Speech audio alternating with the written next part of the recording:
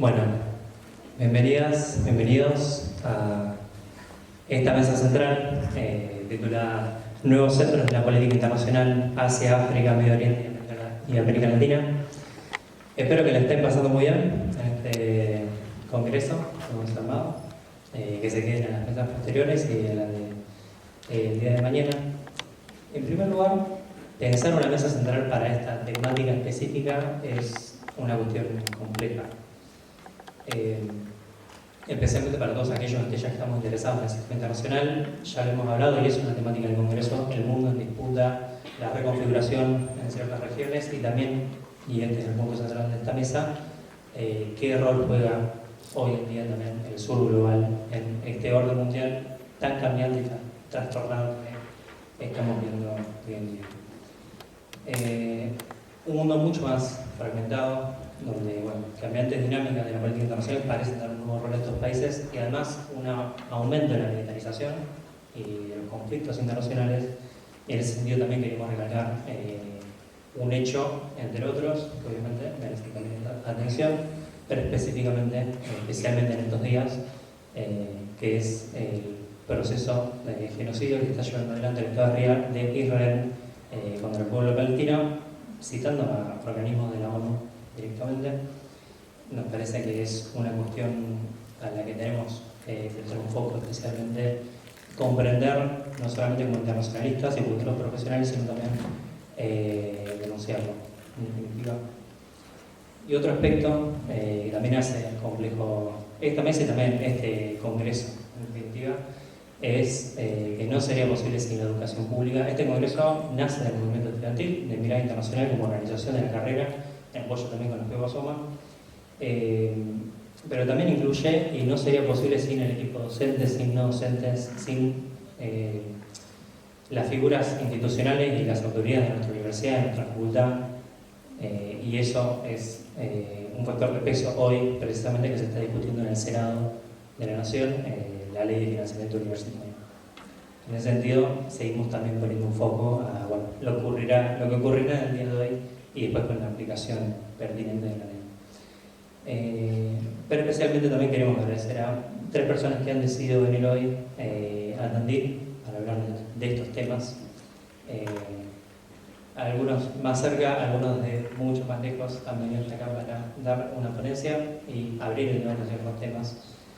Empezamos por Kevin Bryan, profesor de Historia y Geografía, diplomado en Relaciones Internacionales, miembro de CIPEX y PIALA, gran divulgador, especialmente en cuestiones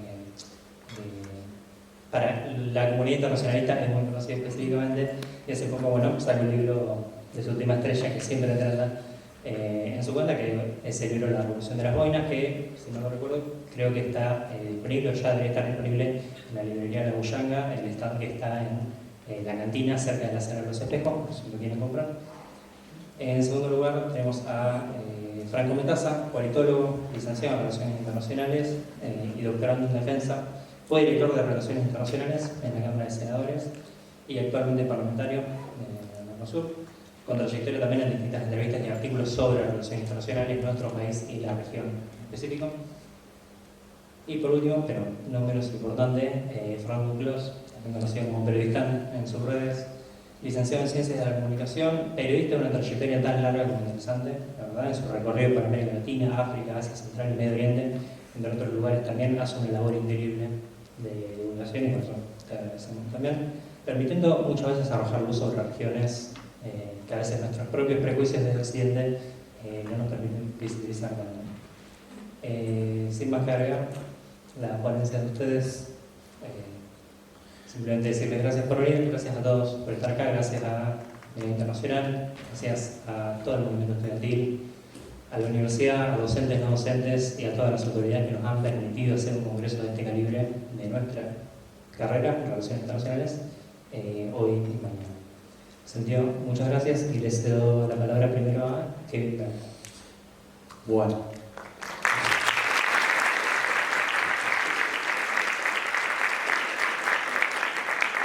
Bueno, primero que nada, muchas gracias por la presentación, muchas gracias por la invitación. Para mí es un honor estar acá por primera vez. En realidad, voy a decir que por primera vez en formato presencial, porque sí estuve en formato virtual en el año 2023, participé del congreso en aquel entonces, pero bueno, acá estoy presente en Tandil y bueno, agradecer a los organizadores y a todas las personas presentes, porque bueno, en 2 años pasaron muchas cosas. Y una de esas tantas cosas que pasaron fue que de lo que en 2023 fue una ponencia que yo hice sobre la situación en el Sahel y sobre el golpe de Estado en Níger. 2 años después de esa ponencia se desprende lo que fue mi libro, que bueno, hoy está disponible, como ya mencionaron, en el stand arriba. Entonces bueno, algunas cuestiones que había pensado tiene mucho que ver con el rol que tiene este conflicto y esta situación problemática que ocurre en la región del Sahel, que tiene mucho que ver con esto de qué es lo que está ocurriendo en el continente africano actualmente. Yo me enfoco en 3 países, bien específicamente, que van a ser Mali, Níger y Burkina Faso. A ver si podemos cambiar. Y la primera cuestión problemática que encontré cuando iba haciendo esta presentación tenía que ver con, yo hablo en el libro de una región y hablo del Sahel. Y hay una cuestión que es que muchas personas no tienen idea de dónde está el Sahel y cuando miramos la regionalización tradicional del continente africano nos damos cuenta que la región del Sahel muchas veces no aparece. De hecho, nosotros ahí estamos viendo lo que es la regionalización económica del continente africano, compuesta por África del Norte, por África Occidental, África Oriental, África Central y África del Sur, y en la gama de colores tradicionales que representa. En esta sintonía de lo que acabo de mencionar, en ningún momento aparece la región del Sahel. Entonces, bueno, ¿qué es la región del Sahel? Otro problema que pues encontré tiene que ver con...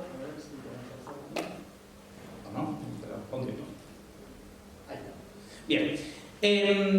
Otra de las cuestiones también que me parecían significativas a la hora de analizar es esta cuestión de dónde sale el nombre del concepto Sahel. Bueno, el concepto Sahel sale básicamente de un desprendimiento del Sahara, ¿no? El desierto, y es básicamente una zona de transición entre lo que es el norte de África o lo que conocemos culturalmente como el África árabe y el África subsahariana, que es todo lo que comprendemos entre el centro y sur del continente.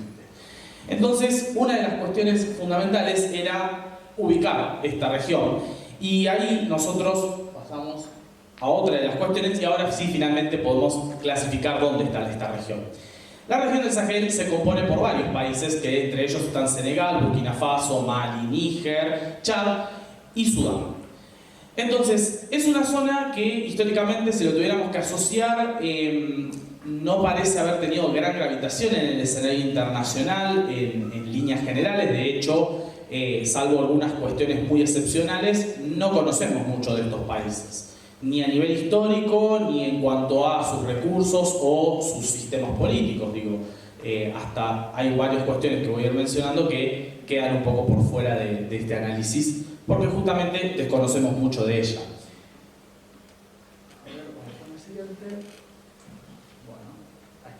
Bien, y esto me lleva entonces a una cuestión histórica, ¿sí? Que ya la mayoría la debe conocer, que es el Congreso de Berlín en 1884-1885, el momento en el cual las potencias europeas, obviamente, como si fuera un tablero de tex, se reparten el continente africano. Y acá me voy a detener en la siguiente cuestión. Si ustedes ven el mapa, bien, se van a dar cuenta que la zona que nosotros vimos, en líneas generales, la única excepción va a ser Sudán, va a quedar dentro de lo que es la influencia francesa. Esta influencia francesa se va a mantener en una colonización directa entre 1885 y 1960, o sea que son muchos años de una colonización directa, y después nos encontramos con el proceso de descolonización. Pero me voy a detener en una palabra concreta que es el proceso de descolonización en términos, vamos a decir, políticos, ¿bien? Porque estos países consiguen sus independencias. Ahora, esa independencia es puramente simbólica y responde solamente a la conformación de estados que sí van a tener una representación en Naciones Unidas y demás, pero que no van a tener tanta gravitación en el escenario internacional y que tampoco son dueños de aspectos que tienen que ver, por ejemplo, con decisiones económicas. Esto lo voy a trasladar ahora, avanzando un poco más, a una cuestión en concreto. Cuando se produce el proceso de descolonización, uno de los aspectos centrales que nosotros nos encontramos es que Francia, que es quien había sido la metrópolis y quien tenía incidencia sobre toda esta región, cambia la forma de dominación y pasa de lo que es un modelo de dominación directa, vamos a decir modelo colonial tradicional, a un modelo neocolonial, a un modelo donde el control se va a ejercer en términos más que nada financieros. Y este mecanismo financiero tiene un nombre y es una divisa que es el franco CFA. El franco CFA es una moneda que sigue existiendo hasta la actualidad y que la gran particularidad que tiene es que es una moneda que no la pueden emitir estos países libremente, sino que para poder emitirla necesitan el aval de Francia, primera cuestión fundamental. Y para avanzar en otra de las cuestiones que me parecía fundamental en esto, obviamente que la ganancia de Francia en la emisión o en apoyar la emisión de esta moneda estaba en la extracción, en la facilidad de extracción de recursos de estos países. De hecho, la región del Sahel tiene como particularidad que, por ejemplo, encontramos oro, encontramos uranio, encontramos yacimientos de petróleo, entre otros recursos importantes. Entonces, estamos hablando de una zona estratégica para mantener en buena medida lo que era el modelo de Francia luego de lo que fue la Segunda Guerra Mundial, o sea, sostener esa Francia que indudablemente fue pujante, que se mantuvo protagonista en buena parte de la segunda mitad del siglo XX en muchos aspectos, pero que claramente tenía una correlación directa con la situación en estos países. Bien.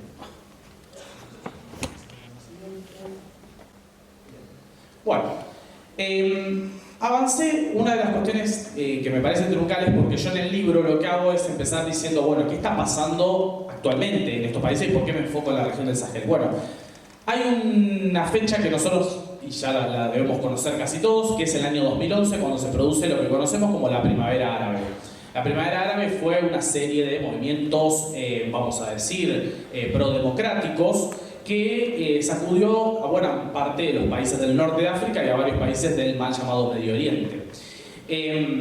Una particularidad que tuvo este proceso es que dentro de lo que fue el norte de África fue particularmente muy violento en la experiencia en Libia. Y en Libia esto llevó al derrocamiento del gobierno de Muammar Gaddafi, al punto de que de la caída del ocaso de Libia, que era uno de los estados que de alguna manera era protagonista del norte de África, nosotros nos vamos a encontrar con un escenario en el cual el colapso de Libia va a generar una crisis en materia de seguridad y en materia migratoria en la región del Sahel. ¿Por qué? Porque yo los pongo en estos términos, los arsenales que tenía el ejército libio al colapsar la estructura estatal, porque lo que pasó en Libia fue eso, de hecho al día de hoy Libia sigue dividido como si fueran dos estados, al colapsar las estructuras estatales centralizadas, el gran problema es que los arsenales que tenía el ejército libio pasaron a estar a disposición de grupos armados, a disposición de grupos paramilitares, etcétera, que empezaron a circular por estas zonas, y el lugar al que mayor presencia llegaron a tener fue a la región del Sahel, o sea, cruzaron y empezaron a tener actividades en Mali, en Níger, entre otros países. En este marco de situación de seguridad que se fue agravando, porque yo esto lo paso medio por alto, después quienes estén interesados lo pueden leer con mayor profundidad en el libro, lleva a que desde el 2012 al 2020 la situación en materia de seguridad de la región sea cada vez más complicada, y hay una situación muy concreta que es que Francia, que es quien daba esa tutela militar, de alguna manera no da respuestas militares concretas para poder solucionar estos problemas. De hecho, las organizaciones siguen creciendo y llegamos al 2020 con un malestar muy marcado dentro de las Fuerzas Armadas, pero también voy a hacer esta observación, un malestar muy grande dentro de la sociedad civil, ¿bien? Que acompaña también ese descontento. Bien, esto nos lleva entonces a lo que ahora sí son los distintos golpes de Estado que sacuden a esta región. Nosotros tenemos un golpe de Estado en 2020 en Mali, en 2021 en Guinea, 2022 Burkina Faso y 2023 Níger. Hay una particularidad que se produce en estos procesos, que es la siguiente. En el caso de Mali y en el caso de Burkina Faso, estos gobiernos apenas llegan, toman la decisión de, por ejemplo, rescindir con las Fuerzas Armadas de Francia los contratos de defensa, o sea, decirle a Francia, que tenía presencia militar en estos países, que tiene que retirarse y que pone fin a los convenios de cooperación militar. Entonces, hay una cuestión muy importante en este sentido y un aspecto muy simbólico, que es decirle a la potencia histórica de la región del Sahel que se tiene que retirar en términos militares. Ahora, ese aspecto es novedoso, es disruptivo. Francia, de hecho, va a retirarse tanto de Mali como de Burkina, pero hay uno de estos países que es el que, a mi entender, avanza y va a llevar un poco más allá de todo este proceso. ¿Qué va a ser el caso de Níger en 2023? El caso de Níger tiene la particularidad de que Níger es uno de los principales productores de uranio. Sabemos el rol que tiene el uranio en relación a la energía nuclear. De hecho, casi el 50% de las centrales nucleares francesas se alimentaban del uranio de Níger, que se extraía a un monto muy, vamos a decir, casi regalado, vamos a ponerlo en estos sentidos. Con una particularidad. Cuando se produce el golpe de Estado en Níger, que también tiene una línea, vamos a decir en estos términos, bastante nacionalista, de recuperación de los recursos naturales, de revalorización de los recursos, ese golpe de Estado en Níger no va a ir por el lado de expulsar a las tropas francesas inicialmente, sino va a ir por el lado económico. Y lo primero que va a hacer es poner fin a las exportaciones de uranio que se hacían en bruto hacia Francia.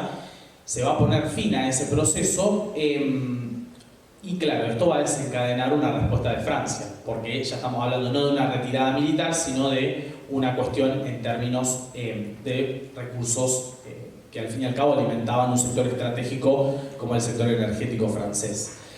Desde ahí en adelante entonces Francia empieza a mover los hilos con uno de los espacios de cooperación que está presente ahí, que es la CEDEAO. La CEDEAO es, vamos a poner estos términos, dentro de lo que es África Occidental, es lo más parecido a una cuestión relacionada al Mercosur, o sea, un espacio de cooperación económica, pero que la particularidad y excepcionalidad es que, vamos a poner en estos términos, tiene cláusulas militares y tiene cláusulas de intervención, donde si los países que son parte del bloque consideran que tienen que intervenir militarmente, pueden hacerlo. Y es lo que pasó. De hecho, la CEDEAO, compuesta por Nigeria, Senegal y otros países, plantea la posibilidad de intervenir en Níger por el golpe de Estado que había ocurrido. Esto, muy así a grosso modo, lleva a una cuestión que cambia para siempre el ritmo de este proceso, que es la Junta Militar de Níger recibe un ultimátum, les dicen tienen que dejar el poder, pero ahí había dos opciones: dejaban el poder o avanzaban, digo yo. Bueno, y el avanzar implicó básicamente dos cuestiones. La primera y la más importante, un reclutamiento civil para enfrentar lo que iba a ser aparentemente esa intervención de Francia y de la CEDEAO, que finalmente no ocurrió, pero que marca un poco el ritmo de todo este proceso. Y otra cuestión importante fue que cuando se plantea la posibilidad de intervenir sobre Níger, dos países que ya mencioné anteriormente, Mali y Burkina Faso, plantean este escenario de si van a atacar a Níger, nos están atacando a nosotros también. Entonces se plantea por primera vez una articulación, en ese caso en materia de defensa, entre estos tres países. Finalmente, bueno, la intervención no termina ocurriendo porque, bueno, interfieren todos estos factores que fui mencionando, y de ahí en adelante el proceso de integración regional para la región del Sahel cambia bruscamente, ¿sí? Al punto de que esto nos lleva, esto lo situamos en agosto del 2023, bueno, ahora damos un salto temporal y nos vamos a julio del 2024, donde de lo que era esa articulación de esos tres países que en primera instancia articularon en materia de defensa, dieron un paso más y plantearon la idea de crear una confederación, lo cual es totalmente disruptivo pensando en el siglo XXI, pensar en una confederación. Primero porque una confederación implica, entre tantas cosas, la articulación en política exterior, lo cual nunca es fácil lograrlo entre dos países, ya pensar entre tres es un poco más complejo. Entonces, la primera cuestión fue que estos países, cuando uno ve en el plano internacional, mantienen actualmente una política unificada, es decir, van a Naciones Unidas y votan igual. Sobre, por ejemplo, la cuestión de Gaza, votan de la misma manera. Cuando hay que votar sobre cuestiones relacionadas a otros aspectos, votan en la misma sintonía. Y lo mismo pasa en las votaciones en la Unión Africana, o sea que hay una articulación efectiva en la política exterior. Pero esto no queda acá, sino que han avanzado en un proceso de integración, que yo después, repito, para quienes quieran lo pueden leer en profundidad en el libro. Bien, ha avanzado en una relación, ¿sí?, sobre esta cuestión de revalorizar los recursos, algunas nacionalizaciones estratégicas. Por ejemplo, Burkina avanzó en la nacionalización de algunos yacimientos de oro. Níger hizo lo mismo en relación a algunos yacimientos de uranio, pero cuando digo nacionalización es una nacionalización bastante estudiada. ¿Por qué digo bastante estudiada? Porque no es a la fuerza e improvisada, sino que hay un componente que es ver cuáles son los lugares donde hay deudas muy importantes de las empresas multinacionales con el Estado, que son deudas acumuladas durante décadas, prácticamente impagables, que llevan entonces a esta posibilidad de presentar el recurso para que la empresa pague y devuelva, y si no lo hace se puede proceder en lo que es la nacionalización de determinados yacimientos. Esto igualmente lleva a obvio una confrontación con determinadas empresas. Níger, por ejemplo, está en confrontación con Orano, que es el gigante del uranio francés. Mali, por ejemplo, está en conflicto con Barrick Gold, que es una de las corporaciones también bastante conocidas. Acá en Argentina tiene presencia en San Juan.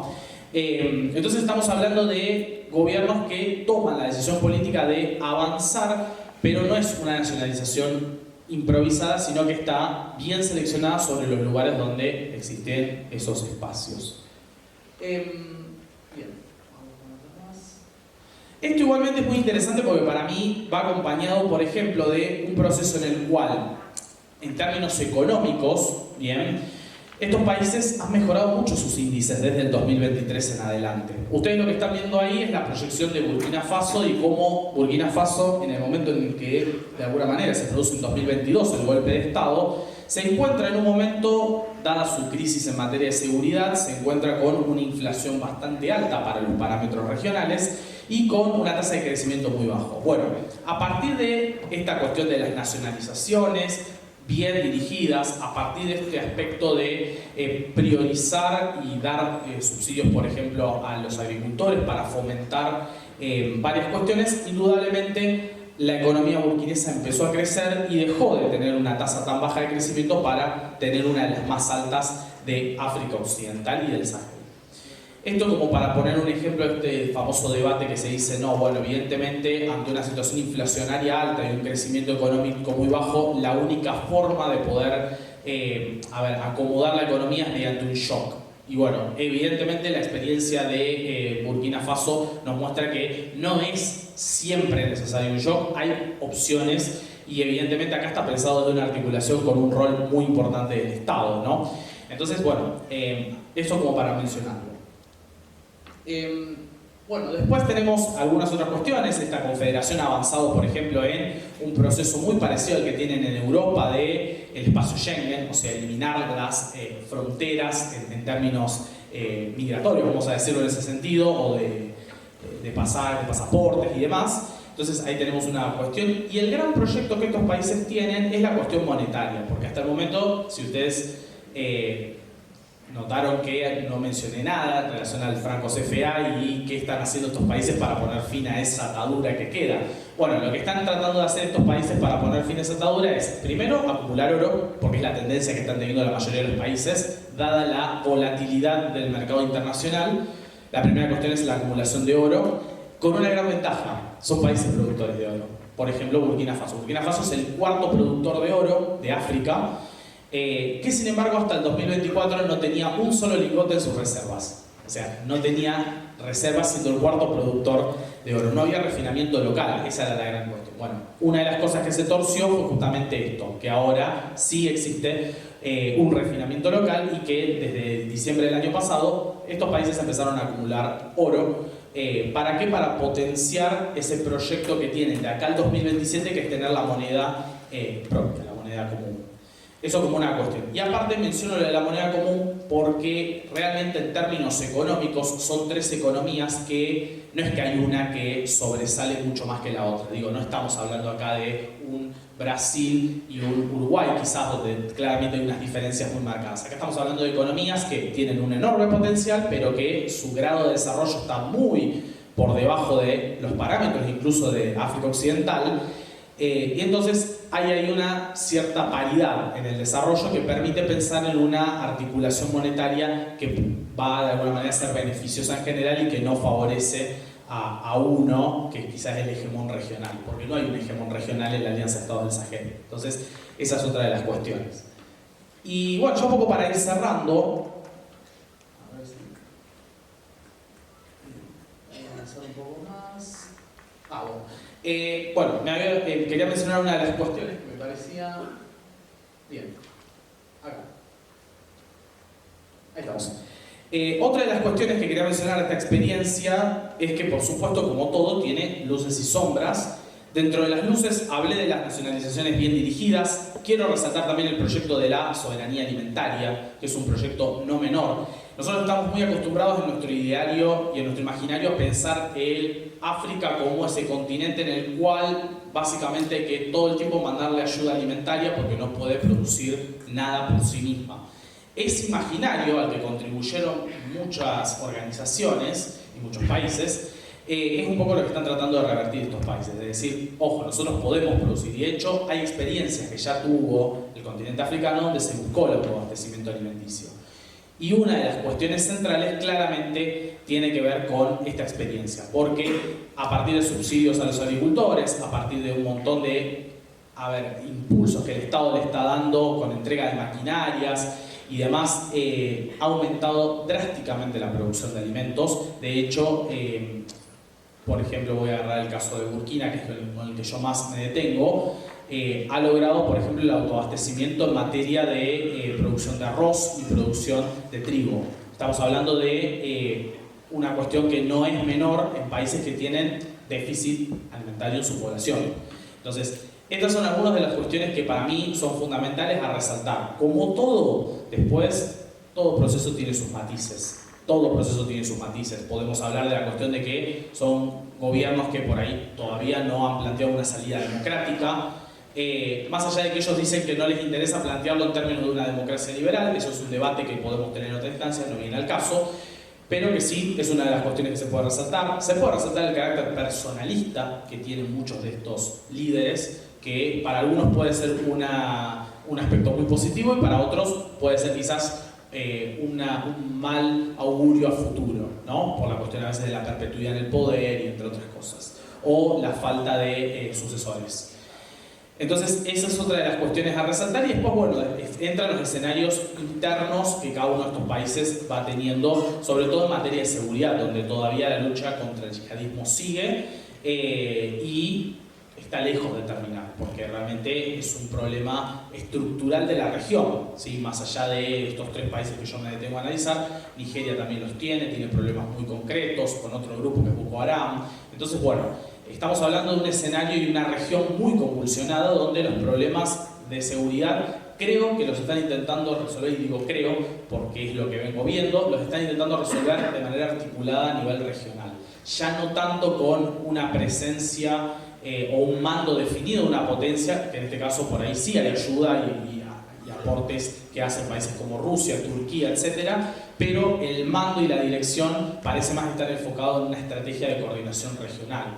De hecho, hace menos de un mes, el líder de Boko Haram, esta organización terrorista, fue abatido en un operativo conjunto entre Nigeria y Níger. O sea que estamos hablando de, otra vez, articulación entre países. Entonces, me parece que hay una experiencia muy enriquecedora en este sentido, al punto de que hoy inspira en el continente africano a muchos otros países. Y para cerrar, siempre digo lo mismo, que me parece que es un poco para conectar con nuestro país y con lo que después van a decir los compañeros.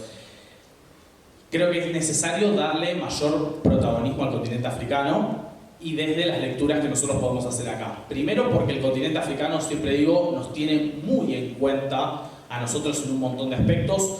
Cuando uno ve cómo votan los países africanos en Naciones Unidas, cuando hay que votar sobre la cuestión Malvinas, hay una cuestión que entre ellos podrán tener diferencias, pero cuando se vota la cuestión de la descolonización y Malvinas, los 54 países votan a favor de Argentina. Incluso los países que son parte de la Commonwealth. ¿Bien? O sea que hay una, vamos a decir en este sentido, hay todo el tiempo una necesidad de los países africanos de tratar de estrechar la cooperación. Y así como Brasil, estos mecanismos los tiene mucho más aceptados, porque hay todo un trabajo que vienen haciendo hace 30, 40 años y que se ha fortalecido en los últimos 20, creo que Argentina tiene que, si vamos a hablar de soberanía y de proyección geopolítica, no tenemos que olvidarnos que nuestra proyección está sobre el Atlántico Sur, que tenemos la cuestión Malvinas ahí, latente, pero que si estamos hablando de un escenario del Atlántico Sur, lo que tenemos adelante nuestro es África. Y no es separarnos, sino que es una forma de unirnos. Es lo que Brasil hace. Brasil articula al punto de generar instancias donde el Atlántico sea un puente y no una forma divisoria. Creo que el desafío de la política exterior argentina en los próximos años va a tener que ver con articular con este continente, que además es el continente con mayor proyección demográfica a nivel mundial, lo cual para los mercados, por ejemplo, un mercado como Argentina, productor de alimentos, puede ser una posibilidad muy importante para seguir trabajando y cooperando en clave surglobal.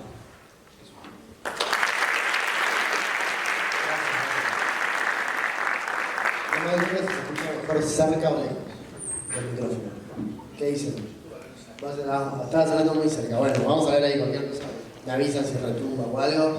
Bueno, primero, contento de estar acá. Kevin decía que hace 2 años que estuvo. Yo me acordé que la primera y única vez que estuve en Tandil fue hace 20 años, año 5, 2005. Que en ese momento me acuerdo que vine a un hostel, ¿no? que se llamaba María para Todos. Creo que sigue existiendo, no sé si sigue existiendo, era como la meca de los que veníamos a Tandil, era un lugar neurálgico para parar. Así que nada, contento de estar acá, está muy lindo siempre venir por estos lados, y la UNICEN la verdad que es un faro para todos los que estudiamos relaciones internacionales, lo ha sido siempre y está cada vez mejor. Quiero agradecer a mis amigos acá tandilenses, a Rogelio Iparraguirre, diputado nacional, que está presente, a Darío Méndez, también concejal, bueno, también a Santiago Pazgrassi, que es un dirigente acá de la quinta sección de Castelli, que me acompañó hasta acá, a Miguel Mouso y Marcos Pereira, organizadores, en nombre de ellos a todos los que han organizado este interesante congreso.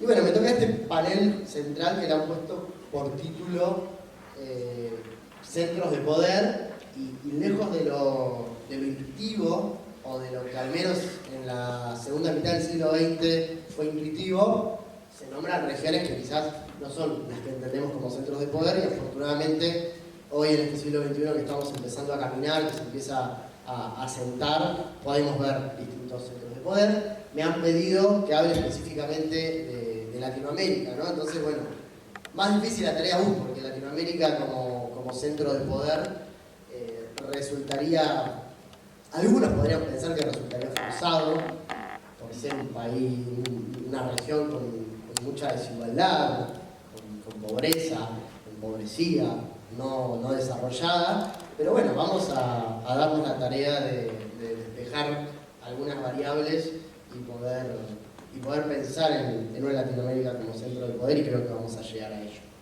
Primero, describir un poco Latinoamérica, ¿no? Es un continente en sí mismo, continente enorme, grande, que lo pensamos desde México hasta esta punta sur del continente, un continente que tiene 33 países si contamos a las islas del Caribe. Si no quisiéramos contarlas, porque pensamos que quizás no tienen la significancia que podríamos poner en ese peso de Estados-naciones y demás, bueno, quizás estamos hablando de un número de 20 países de mucho peso, ¿no? Con mucha prestancia, verdaderos estados grandes. Sí, una región muy distinta, muy dispar, con muchas áreas. Nosotros estamos aquí en América del Sur, una América del Sur que mira al Atlántico, pero también tenemos a nuestro vecino Chile que mira al Pacífico. Esta parte de la región, que quizás nosotros la comprendemos más en el marco del Mercosur, bueno, es una partecita muy chiquita. También tenemos en América del Sur a toda una parte andina, ¿no? La comunidad andina, con Colombia, con Ecuador, que tiene características absolutamente distintas a las nuestras, a las de Uruguay, a las de Brasil, en términos socioeconómicos, en términos de capacidades productivas, en términos de recursos estratégicos, etc. Luego tenemos este gran mundo que es América Central. Uno podría decir, bueno, qué fácil, qué chiquito América Central. Bueno, no. La verdad es que cuando yo escribía algunas notas para acá y me puse a pensar en América Central, cada país de América Central es un mundo. El Salvador hoy es un mundo en sí mismo, con todas las particularidades que vemos, con la locura de Bukele, este gran problema de derechos humanos que se presenta ahí. pero también la cuestión de las bandas que estaban antes y la imposibilidad de vivir, digo, muy complejo, que ameritaría una ponencia en sí mismo. Por otro lado, también estamos con Guatemala, que está en un proceso de gobierno progresista muy interesante para ver. Panamá, que es un gran paraíso fiscal y quizás el banco del lavado de dinero de la región, al menos el más importante de ellos. Costa Rica, que es un planeta aparte, ¿no? Que es un país que no tiene ejército, por ejemplo, es un país absolutamente pacífico. Bueno, en fin, ni hablar de Honduras, que también está atravesando ahora un proceso progresista. Este año hay elecciones, pero también viene de haber tenido un golpe de Estado con una injerencia estadounidense muy concreta. Bueno, ni hablar de Nicaragua, que tiene un montón de particularidades muy complejas, pero que sigue andando ahí por sus carriles. Todo ese acápite es solo América Central, que parecía lo más fácil. Luego tenemos también al Caribe en esta Latinoamérica, ¿no? Con, bueno, países los más importantes, Cuba, Haití, República Dominicana y bueno, las islas que hemos nombrado. Tenemos también rarezas como Guyana y Surinam. Una vez vi un meme muy gracioso que decía, ¿conocen un surinamés?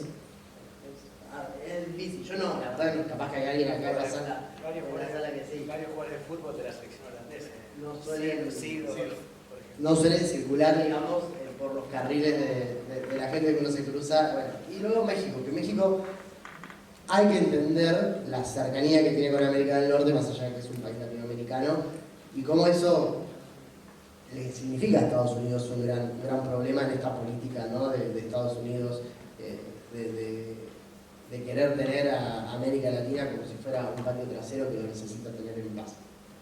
Esta es la gran región de Latinoamérica. Esto funciona apretando esto una sola vez. Espectacular. Bueno, yo anoté como 5 cositas igual, no los quiero desilusionar, pero yo no les voy a dar muchas certezas. Lo más probable es que les deje más como dudas y títulos, y es una de mis malas características. No sé cómo me eligieron para estar acá, pero les voy a dejar con más dudas que certezas. La importancia geopolítica del Atlántico Sur, me parece que eso es clave para entender por qué se puede pensar y se debe pensar hoy Latinoamérica como un centro del poder. El Atlántico Sur es clave en términos estratégicos y económicos, ¿no? Digo, es un enjambre de rutas marítimas y de comercio, es la vía crucial para el comercio global en general, ¿no? Transporte de bienes y servicios. Recién acá Kevin nombraba que es lo que nos une con África, y de ahí la puerta al resto de Europa y de lo que hay del otro lado del Atlántico, ¿no?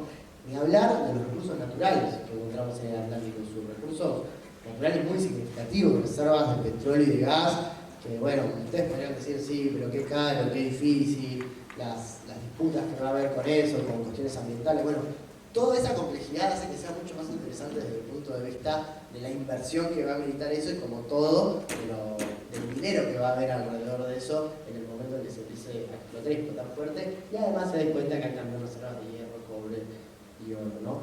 También el Atlántico Sur tiene alimentos, tiene especies, tiene mariscos que son clave en este mundo en donde los alimentos escasean cada día más y son un bien muy preciado, ¿no? Una commodity. Luego, bueno, lo que no puedo dejar de subrayar y de mencionar son los intereses en pugna que hay con las grandes potencias. Tenemos a Reino Unido ahí con la situación de Malvinas y lo que implica tener una base de la OTAN, los intereses de China, que son un poco más explícitos, menos hipócritas y se traducen en acuerdos comerciales, en acuerdos estratégicos, y hablar de Estados Unidos, que está ahora queriendo ser como el gendarme del Atlántico Sur con la excusa de la seguridad. Pero bueno, cuando vos mencionaste Malvinas entró Juan Rattenbach, que está ahí, que lo veo, así que vos estás mañana, Juan. Bueno, no se lo pierdan, busquen el programa, vayan a ir con Juan, porque va a ser mucho más interesante escucharlo que a mí respecto a esta cuestión en particular. Y bueno, para cerrar un poquito la cuestión de la importancia estratégica del Atlántico Sur, clave entender que es la puerta de entrada a la Antártida, ¿no? La Antártida, este gran continente que en algún momento fue Terra Nullius, y que bueno, hoy hay un montón de países que tenemos reclamaciones territoriales y un tratado, ¿no? Un tratado antártico que se ha firmado en el año 59, en el que cada vez hay más estados partes que regula un poco las actividades humanas, la conservación conservación de los recursos vivos, tiene fines pacíficos, medioambientales, que parecería ser todo muy bonito y políticamente correcto, pero que lo que se cuece abajo de eso son intereses demasiado complejos y probablemente este tratado empiece a entrar en las próximas décadas en cuestionamiento, tratar de deslegitimarlo para poder revisarlo antes del 2048, que es cuando se debería. Y el último tema, antes de cambiar este título del Atlántico Sur, también el Atlántico Sur es una vía clave para el narcotráfico, ¿no? Que me parece que también ameritaría otra ponencia. Yo no soy experto en el tema, pero ustedes que son estudiantes de Relaciones Internacionales, los insto a que se metan con el tema. Me parece que hay que hablar cada vez más del narcotráfico y que no solamente los expertos en seguridad, en defensa deben hablar del narcotráfico, sino también nosotros, quienes nos dedicamos a las relaciones internacionales, tenemos que hablar cada día más de la arista geopolítica del narcotráfico. Bien, a este título lo llamo un poco yo recursos naturales para la transición energética en un contexto de cambio climático. Los recursos naturales de la región son infinitos, sería tedioso, sería aburrido ponernos a listarlos, casi un trabajo enciclopédico, ¿no? Pero quiero como contextualizar este gran asunto de las discusiones globales actuales, que es el cambio climático, la gran crisis del cambio climático, y cuál es el rol que puede tener ahí Latinoamérica, que está teniendo, y cuáles son las miradas que hay, ¿no? Bueno, la verdad es que la transición energética en particular, que es una de las pocas cositas chiquitas que yo voy a mencionar hoy acá para no ser muy largo, de cómo abordar el cambio climático, cómo el mundo está discutiendo en los ámbitos multilaterales de abordar el cambio climático, bueno, implica recursos que la región tiene de sobra. Ellos son el litio, son las temperaturas hipertérmicas para la energía solar, son los vientos, que aquí en Argentina, en la Patagonia, los tenemos de sobra para lo que es energía eólica, y las energías por mareas, que los tenemos de un lado y del otro de la cordillera, a troche y moche, ¿no? Ahora, no solo estas nuevas energías verdes, renovables, que resulta muy obvio. La transición energética que se está estudiando implica claramente un momento y un estadio de las energías híbridas, ¿no? Y ahí es donde también tenemos, de nuevo, los recursos hidrocarburíferos clásicos, como el petróleo y el gas, para poder tener ese último coletazo que nos lleve hacia la verdadera transición energética. Así que otra de las cuestiones clave que pone Latinoamérica como centro del poder es la discusión global sobre cómo abordar el cambio climático. ¿Cómo se llama esta? Estados Unidos y Europa y su proyección sobre Latinoamérica. Bueno, otrora dos centros de poder, Europa y Estados Unidos. Estados Unidos está en clara remisión. Uno podría ver a Trump gritón, fuerte, imponiendo aranceles. Bueno, hay una metáfora que se la voy a robar a Jorge Tayana, que me gustó mucho cuando se escuché, que Estados Unidos es como un boxeador retirándose hacia atrás, ¿no? A los manotazos. Esa es la situación un poco de cómo se está caracterizando hoy en las discusiones globales en Estados Unidos. Ni hablar de Europa, que ya hablar de vieja Europa es casi una tautología, porque está absolutamente obsoleta y tiene un gran problema demográfico. Otro asunto que no voy a abordar, pero que si a alguno le interesa estudiarlo, la cuestión demográfica en Europa es muy compleja. Van a llegar al 2050 sin población joven y sin población europea, y eso es un gran problema. Bueno, ¿cómo nos ven ellos? Por un lado, Estados Unidos. Estados Unidos siempre tiene como el mapa completo del mundo y se ocupa de absolutamente todo el mundo, pero Latinoamérica no deja de ser lo que ellos llaman muy denigrantemente el patio trasero, y les interesa tenerlo tranquilo. Nosotros acá en la región hemos visto dos sistemas de relacionamiento que se han dado para con nosotros. Uno fue el Plan Cóndor, en donde se instalaron dictaduras militares en un momento particular del siglo XX, de manera similar en una multiplicidad de países de la región, para evitar que cierto comunismo, se ellos llamaban, ideas de izquierda, ideas progresistas, nacionalistas, o influencia de otras potencias que no fueran ellos, no penetraran en la región. Bueno, se dieron una tarea similar con lo que nosotros llamamos el lawfare, ¿no? Que ha sido como el uso del derecho torcido para iniciar una guerra jurídica contra los dirigentes latinoamericanos que lograron cierto grado de autonomía en algún momento de la historia y nos gusten más, nos gusten menos, tuvieron procesos virtuosos que se verifican en los datos macroeconómicos con los que han dejado su gobierno, independientemente del lugar en el que yo esté parado ideológicamente. Son datos macroeconómicos, indicadores incluso como el índice de Gini de Naciones Unidas, ¿no? Bueno, y el corolario de eso, quizás acá en Argentina, lo vemos con el encarcelamiento de Cristina Fernández de Kirchner, que se da luego de que ella anuncia que va a ser muy difícil pagar la deuda que venía tomando el gobierno argentino desde el 2016 para este lado, muy fuertemente, sobre todo durante el gobierno de Mauricio Macri, que se han tomado 45.000 millones de dólares de deuda. Ustedes figúrense, solo con el FMI, ustedes figúrense que para a Ucrania le dan 12.000 millones solo para reponerse de lo que es una guerra con que te hizo Rusia, ¿no? Digo, 12.000. A nosotros en el año 18 nos aplicaron 45.000 millones que no ha quedado un dólar en el Banco Central de ellos. Bueno, cuando Cristina dice esto, aparece muy rápidamente el encarcelamiento para ella. Después también de las sanciones del secretario de Estado Marcos Rubio, de las declaraciones del embajador Lámelas, en donde hablan de una clara intención de sostener al gobierno de Javier Milei, que está muy bien que les simpatice, y está perfecto, lo que no pueden, porque en las relaciones internacionales, ustedes saben, que rige el principio de no injerencia, y así es que hemos llegado a este momento del siglo XXI, tratando de no caer, de no salir de la civilización, porque cada vez está más difícil sostener esto que digo. Un Estados Unidos que además de lo que nos vemos acá nosotros, le ha impuesto aranceles a Colombia y a Brasil de manera unilateral y de manera muy violenta, que hay una inminente invasión a Venezuela. Digo, de nuevo, a mí me puede gustar mucho, poquito o nada Maduro. A mí la verdad no me gusta nada Maduro. Ahora, no puedo tolerar que haya una invasión a un país de mi continente. Me parece que es quebrar algo que hasta ahora no había pasado en los años desde los gobiernos democráticos, desde que volvió la democracia en América Latina para acá, y está siendo cada día más inminente y muy peligroso. Bueno, mucha tela para cortar sobre las relaciones Estados Unidos y América Latina. Luego con Europa, bueno, yo les voy a contar ahí un poquito, porque yo sé que los que estudian relaciones internacionales también un poco les interesa la praxis, ¿no? Voy a ser un poco autorreferencial, pero me tocó estar hace muy poco en Estrasburgo, en el Parlamento Europeo, en una ronda de negociaciones por el Acuerdo Unión Europea-Mercosur, que, como ustedes saben, es un acuerdo que se viene discutiendo hace 20 años y ahora se reactivó muy rápido, los europeos lo reactivaron muy rápido, los problemas que había, que eran tensiones de negociación, se solucionaron con una adenda que se escribió de la noche a la mañana, que vino de Ursula von der Leyen, la presidenta de la Comisión Europea, pero que también tiene una pata negociadora en Latinoamérica y esa es la verdad.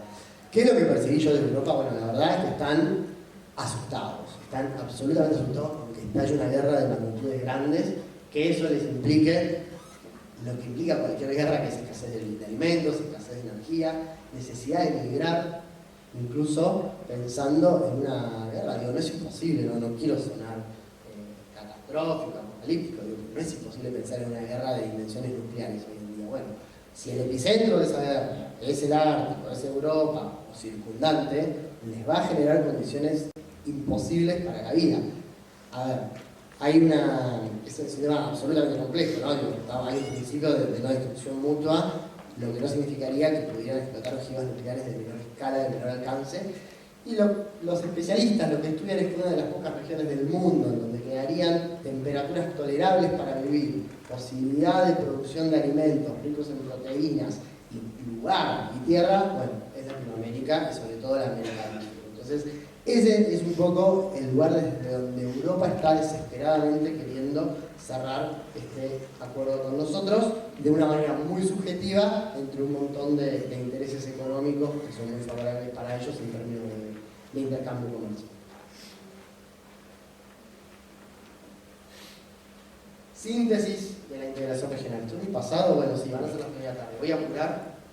Yo acá hace un tiempo que vengo sosteniendo que es necesaria una codificación. Yo primero empecé a decir codificación, después me di cuenta que no era la palabra, que es una síntesis de la integración regional. Cuando uno estudia la integración regional, encuentra una multiplicidad de ámbitos similares, parecidos, que se sobreponen. Uno puede pensar en lo que fue la vieja LADI y lo que luego terminó siendo el Mercosur, que parece que convergen, no se pisan. Uno podría pensar en lo que fue el UNASUR y quedarse muy románticamente pensando en que fue una experiencia muy linda. Yo no sé si estuvo del todo pensada para que sea perdurable, más allá de que tengo muy bellos recuerdos de esa época. Pienso en la CELAC, que es una de las pocas cosas que siguen andando, pero que también es tan grande, y es muy posible que se tomen medidas prácticas, concretas, que sirvan a las sociedades y a los pueblos que incluyen, ¿no? ese ámbito de integración regional, en fin.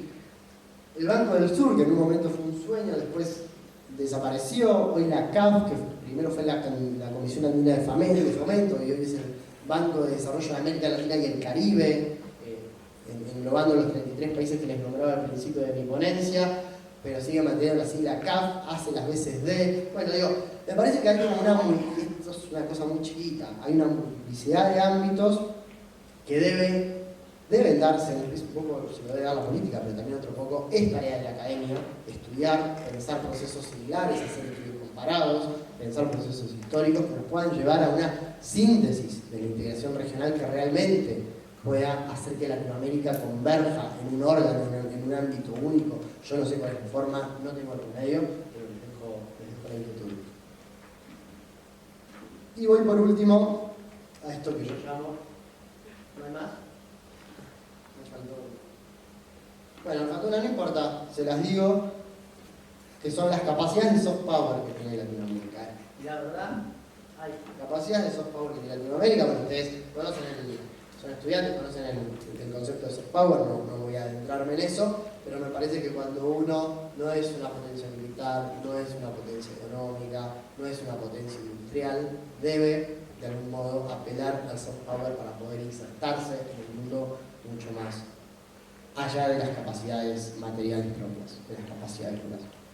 Y ahí me parece que tenemos mucho, estimado, me parece que hay que sacarlo del juego de Latinoamérica, que Latinoamérica tiene una capacidad enorme de generar mucha cultura, mucha marca. Yo creo que Chile lo ha hecho un poco con el turismo. Si pienso un poco en Brasil, está en un momento en donde está apelando a la cultura, no solo a su música, sino a la cultura, para insertarse en el mundo de una manera muy fuerte.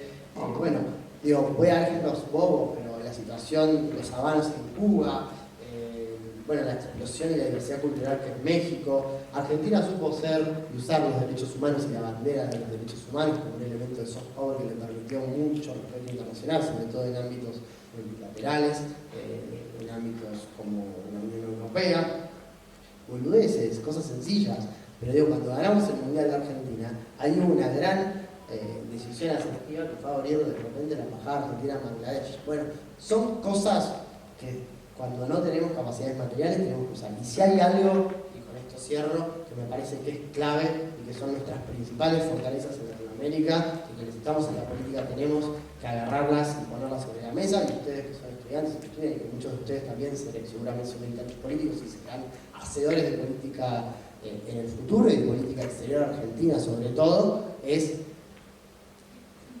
subrayar y poner por delante de todo que Latinoamérica es una región de paz y que tiene capacidades humanas, recursos humanos, población, como les guste más llamarlo, absolutamente preparada para transitar este mundo, este siglo XXI, y esperemos que así siga siendo. Gracias.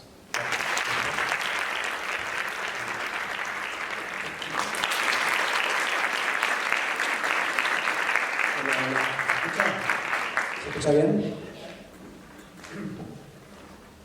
Bueno, a ver, primero que todo, gracias por la invitación.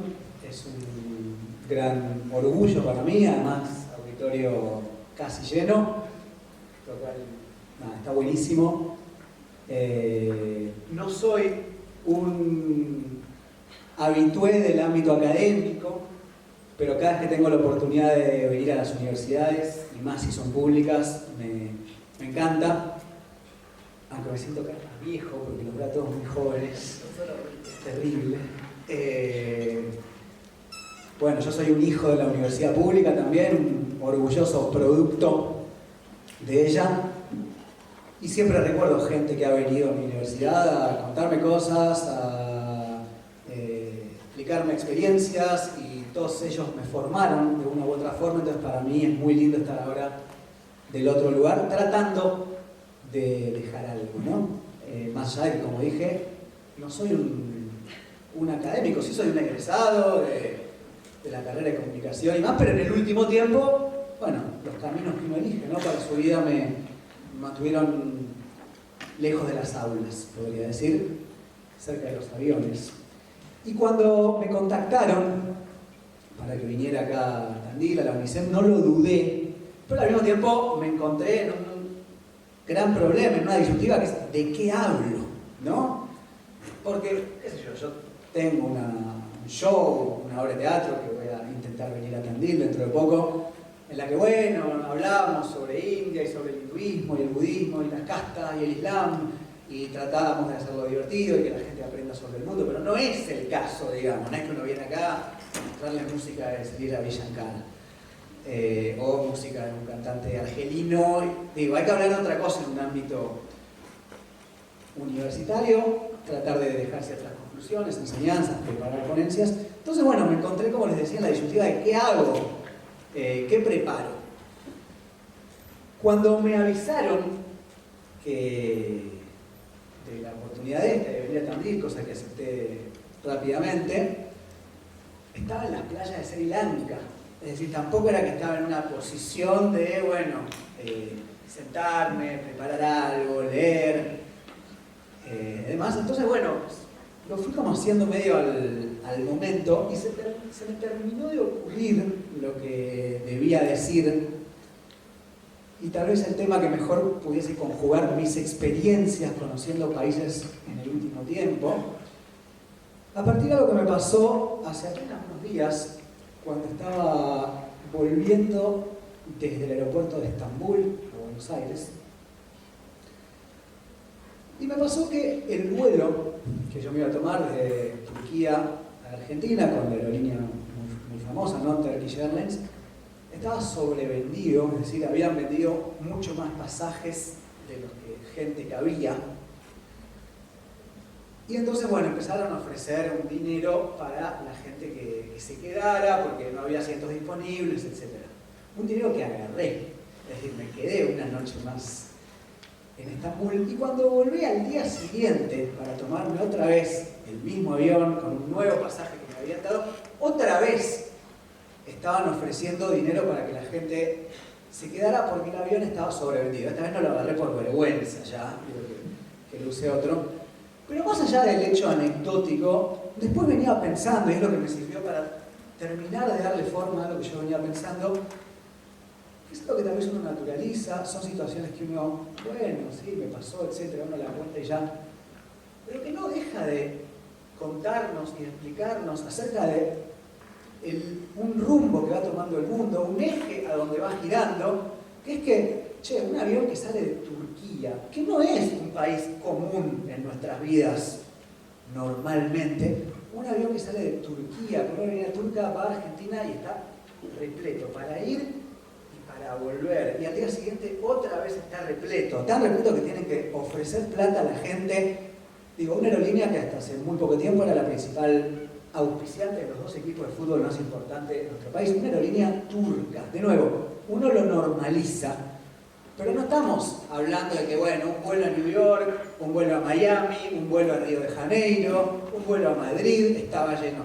Estamos hablando de que es cada vez más la gente que va y que viene desde Turquía, y cada vez más la gente que se toma aviones que van a los Emiratos Árabes Unidos. Que si uno ve el fútbol internacional, tiene al principal equipo del mundo, el que más dinero tiene, el Real Madrid, que desde hace 10 años tiene acá una letra que es un Emirates, una marca de Emiratos Árabes Unidos. De nuevo, para uno es normal, lo normaliza. Mientras Real Madrid tenía Emirates, Barcelona, su gran rival, tenía Qatar. Es decir, una gran disputa geopolítica en camisetas de fútbol. La misma disputa que se libra hoy, por ejemplo, con el Visit Ruanda. A quien le gusta el fútbol va a ver que, por ejemplo, el Paris Saint-Germain, el Arsenal, países muy importantes, tienen en su camiseta Ruanda. ¿Por qué? Porque la Premier League, que es la liga inglesa, es un torneo que se ve en todo el mundo. Los países aprovechan esa gran visión que tienen, la exposición, para fomentar sus países. ¿Para qué fomentarlos? Para que la gente vaya a hacer turismo.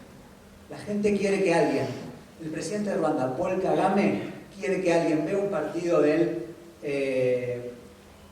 Paris Saint-Germain y aparezca acá Visit Ruanda. Y vos te preguntás, che, ¿Ruanda qué es esto? ¿Dónde queda? Te metes a Wikipedia, ves que hay gorilas, que hay colinas, que es muy lindo, que la comida, y vas. Lo que quiere es eso, fomentar la imagen y la proyección internacional de su país a través de eventos que ve todo el mundo, en este caso el fútbol. Entonces se me ocurrió, a partir de esto que me pasó en Turquía, y de poder parar la pelota y pensar un segundo, che, ¿es normal que todos los días los vuelos que van desde Argentina a Turquía, un país no tan común en nuestras vidas, estén llenos? No es normal.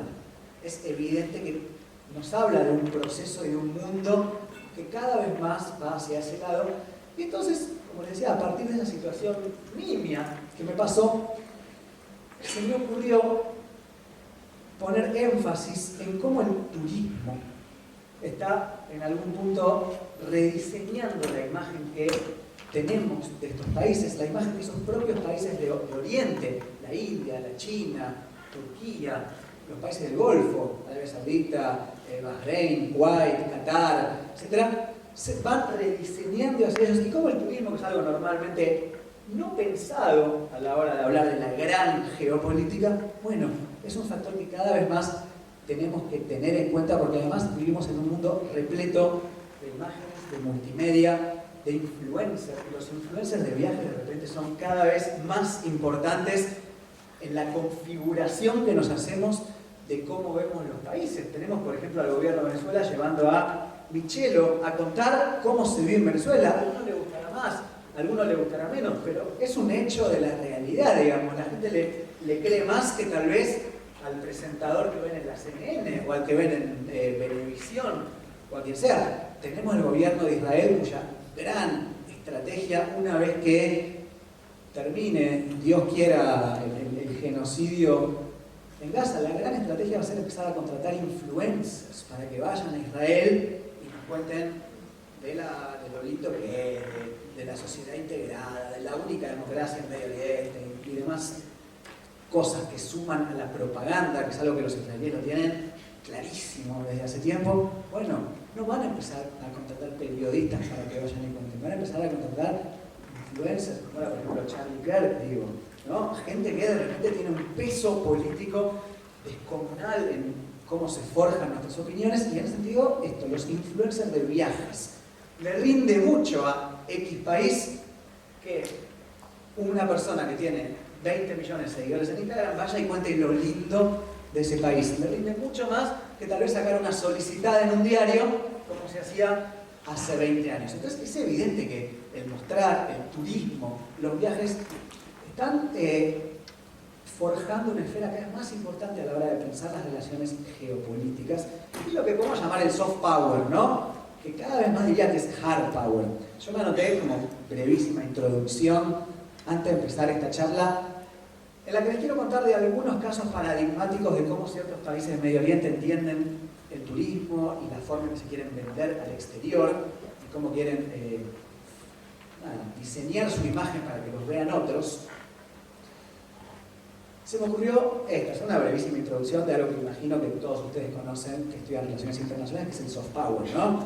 Que es esos recursos que no son bélicos, no son militares, no son de fuerza coercitiva a la hora de establecer una supremacía de un país sobre otro, o de simplemente mostrar cómo es el país, o de ganar terreno en la arena internacional. Digo, Argentina tiene el gran soft power del fútbol, por ejemplo. Sin el fútbol, Argentina probablemente sería un país muchísimo menos importante en el mundo de lo que es. Vos hablás de la embajada en Bangladesh en 2023, a la que tuve la suerte de ir. Además, pero bueno, digo, ¿no? He tenido la suerte de viajar por muchos países del mundo y vos decís Argentina e instantáneamente te dicen Maradona y Messi, y eso te abre un montón de puertas y eso genera un montón, o podría generar un montón de plata. Digo, en términos micro, yo voy viajando con un camionero en Irak, le digo Argentina, y solamente por decir eso y porque el tipo pensó que yo conozco a Messi, me invita a su casa a comer. Piénsenlo en términos macro y en términos de cómo ese soft power y esa cosa de decir, che, tenemos algo que hablar, compartimos, podemos recordar juntos el mismo gol. Digo, la diplomacia un poco es eso. Es pasillo, es hablar, es cenar juntos, es comer y es tener cosas de que hablar. Digo, entonces, ese soft power argentino del deporte, el deporte es un gran soft power mundial. Fíjense, yo me anoté en esta cuestión de ver cómo el mundo está cambiando.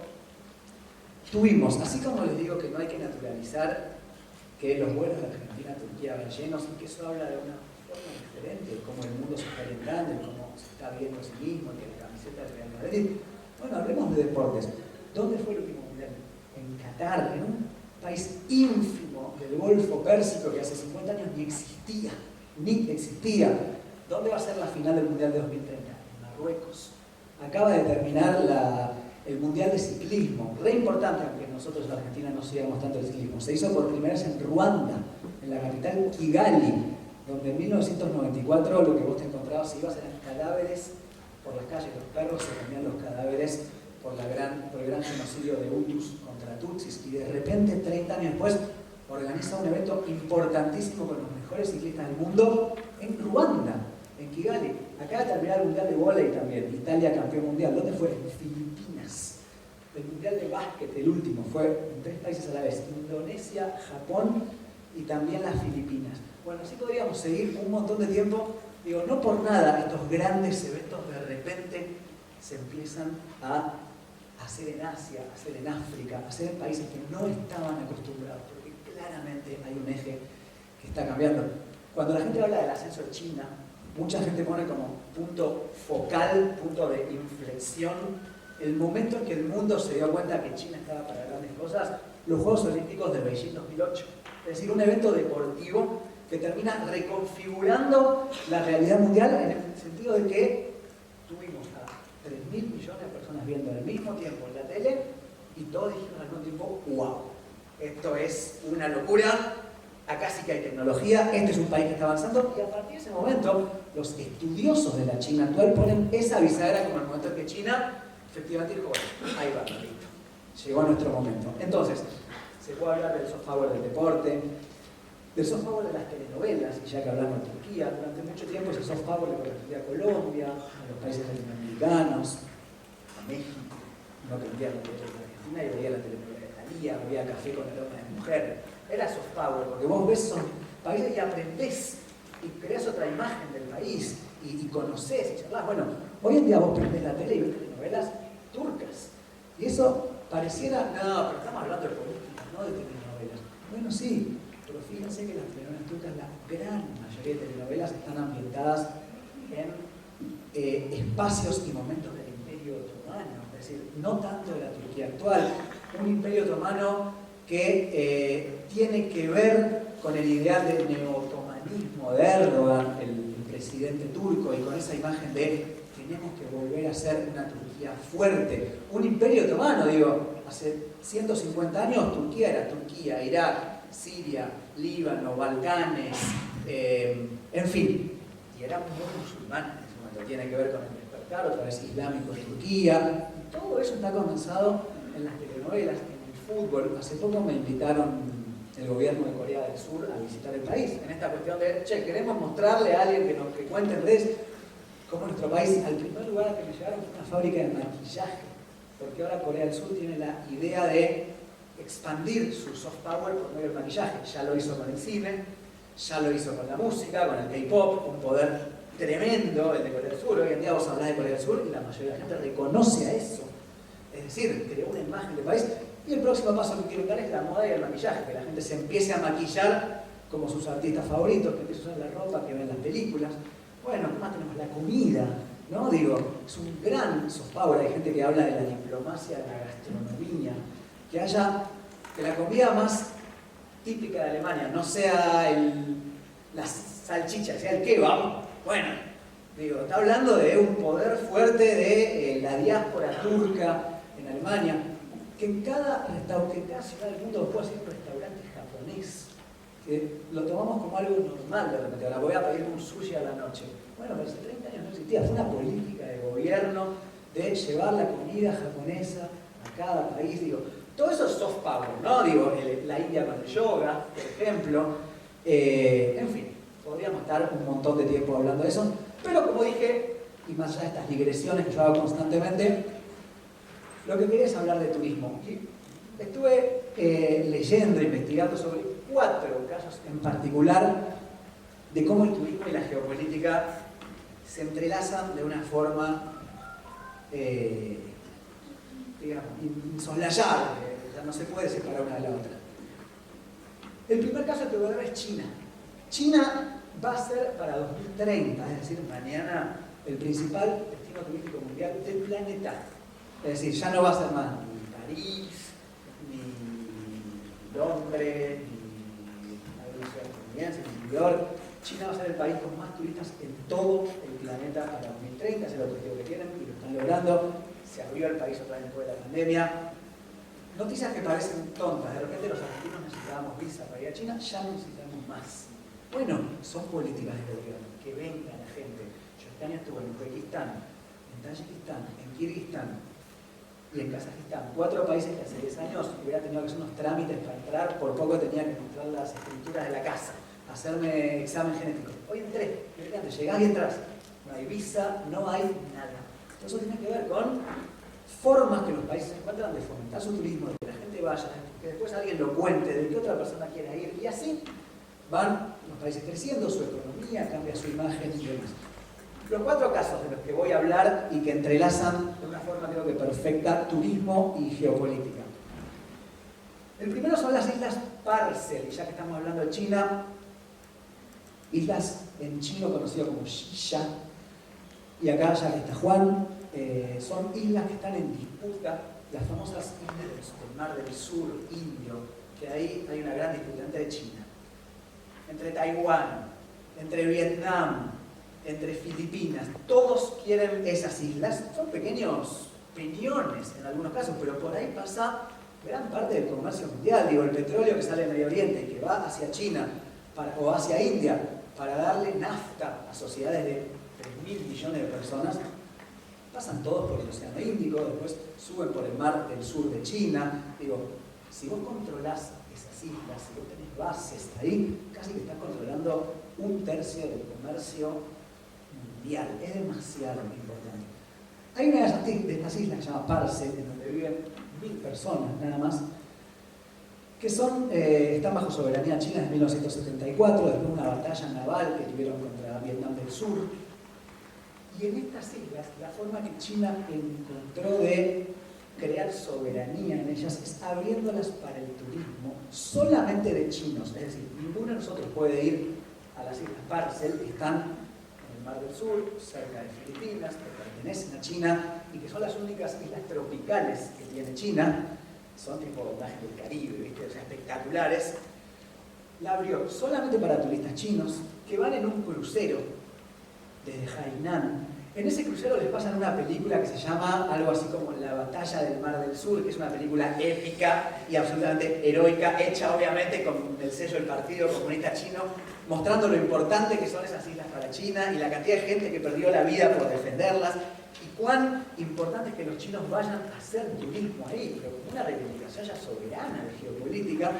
Llegás a las Islas Parcel y lo primero que te hacen es a todos los chinos pisar la bandera de su país en las islas, después les cantan el himno, todos cantan el himno chino juntos, y después tienen unos 4 o 5 días de visitas guiadas. No hay mucho para hacer, es ir a la playa nomás, pero digo, es una política de gobierno china de llevar solamente turistas chinos a estas islas, mostrarles el sacrificio y demás. Bueno, es una política que el Reino Unido ha querido instaurar para las Malvinas, ¿no? Me contaba Juan cuando veníamos en el micro, bueno, que todos los años el Reino Unido intenta llevar gente a estos lugares, a las Islas Malvinas, lleva argentinos incluso. Ahora un chico santiagueño se bajó aduciendo que no, que éticamente no estaba a venir, lo cual es un gran triunfo, es algo que está muy bien, porque claro, Digo, fíjense cómo esto de llevar gente a, así como Israel lleva gente a, ¿no? Y lo lleva gratis incluso, a que vean cómo es el país. Bueno, son herramientas importantísimas de la geopolítica, de crear la imagen. Bueno, no hay que dejar que el Reino Unido lo haga, obviamente.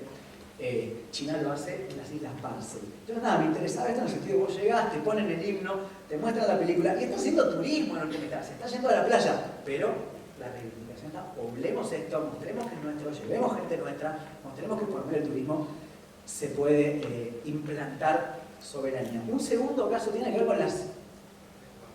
No.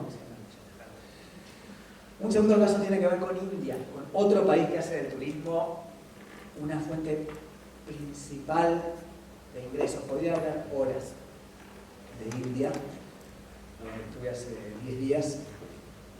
Abajo de la India hay unas islas que se llaman las Islas Maldivas, que es como el paradigma total de el paraíso, agua turquesa, palmera, arena blanca, etc. Históricamente, las Islas Maldivas, que también están en la ruta del comercio por el Océano Índico, ruta terriblemente importante, las Islas Maldivas históricamente estuvieron dentro de la órbita india. Digo, era medio un país anexo.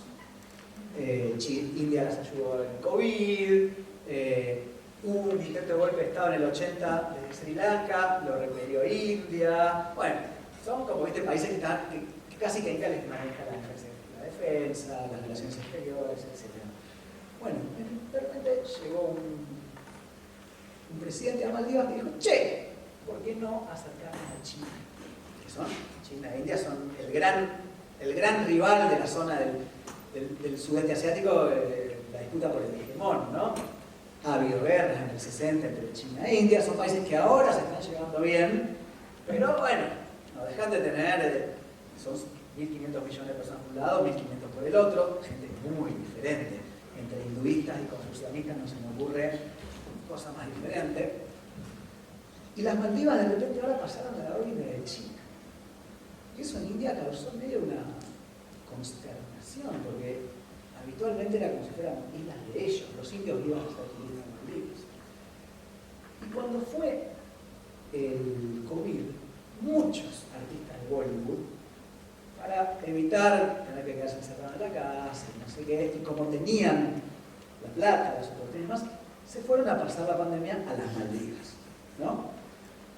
Y eso generó una suerte de polémica en el país de por qué nuestros representantes, nuestros actores, la gente que nos representa en el mundo del Bollywood, se iba a otro país a tomar sus vacaciones, a estar bien y más cuando este país se había acercado a China. Y eso al primer ministro de India, Narendra Modi, no le gustó nada. El turismo indio a las Maldivas, un país que de repente se acerca a China. Y entonces, ¿cómo lo empezaron a resolver?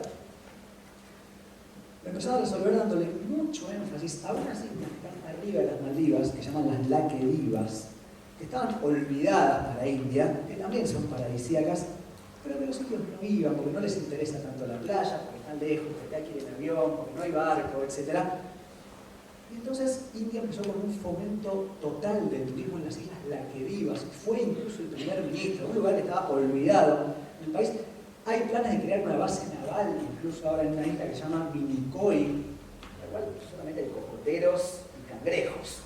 Pero digo, de repente ahora hay una exhortación del gobierno, vayan a las Laquedivas, no vayan más a las Maldivas, no dejemos la plata india del turismo en estas islas que de repente ahora miran mucho más a China que a nosotros. Obvio, China les construyó puerto, hay un puente que une una isla con la otra, las Maldivas, que era un viaje medio antes que posible hacer, y ahora hay un puente después que se llama el puente chino-maldivo, o sea, obvio, China pone guita, y bueno, los países se acercan, obvio. Entonces, por medio del turismo y también como una forma de, otra vez, estar controlando, estar cerca de esta gran ruta del indio, de repente India, una decisión geopolítica, dice, no vayan más a hacer turismo en las Maldivas, vayan a hacer turismo a India, a las Laquedivas, a nuestro país. Así como cuando estuvo el conflicto entre India y Pakistán, Turquía y Azerbaiyán, musulmanes, se posicionaron a favor de Pakistán contra India, y había un montón de turismo indio yendo a Turquía y a Azerbaiyán Y entonces también por una iniciativa del gobierno, las agencias de turismo indias dejaron de ofrecer viajes a Turquía y Azerbaiyán porque era un país que consideraban contrario a sus intereses geopolíticos. ¿Quién aprovechó la volada? Grecia. Dijo, todos los turistas indios que no quieren que no vayan a Turquía tienen que venir a nuestro país, son parecidos, las playas, etc.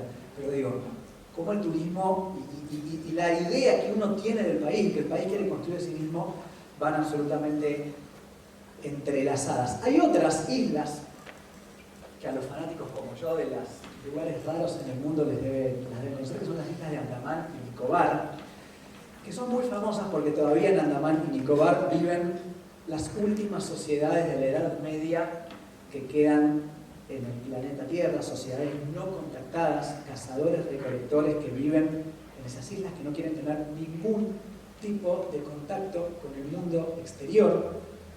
La última vez que hubo un intento fue un misionero estadounidense en 2018, creo que se quiso hacer el Mesías, el valiente, ir a enseñarle la Biblia a los andamaneses y lo cagaron a flechazos desde la costa y no llegó, básicamente. Murió, lo mataron a flechazos.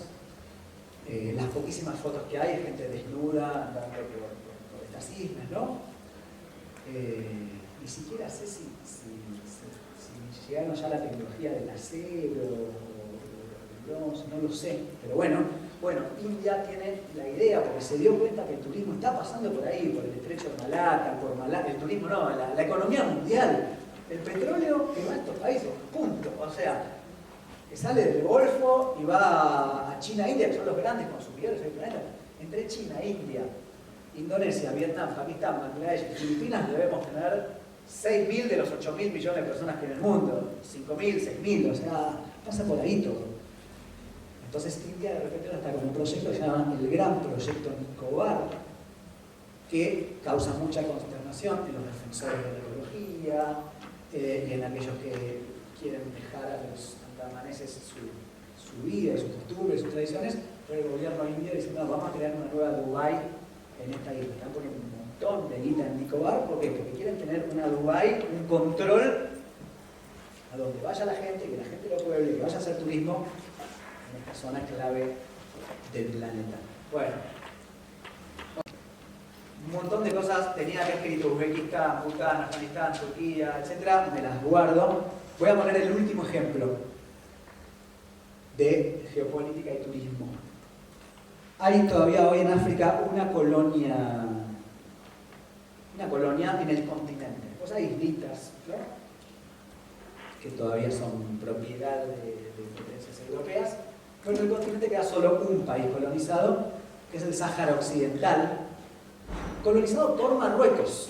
Es decir, ni siquiera era una colonia de España. Cuando España se fue en el 74, llega a Marruecos, traicionan a los saharauis, que así se les dice a la gente que vive ahí, y actualmente Marruecos no solo que colonizó el Sáhara Occidental, sino que impone una represión muy fuerte en las ciudades del Sáhara, en donde si por poco salís a la calle con los colores de la bandera, vas a la cárcel, así. Hay una ciudad en el Sáhara Occidental muy linda, que en tiempos españoles se llamaba Villa Cisneros, ahora se llama Dakhla, ¿no?, árabe, que queda en la costa, en el Océano Atlántico. Y es paradisíaca, donde el desierto se encuentra con el mar. En su estrategia geopolítica bien marcada de dotar de soberanía marroquí a este lugar, que en realidad históricamente fue el Sáhara Occidental, el territorio colonizado, Marruecos está fomentando de una forma descomunal el turismo a Dakhla.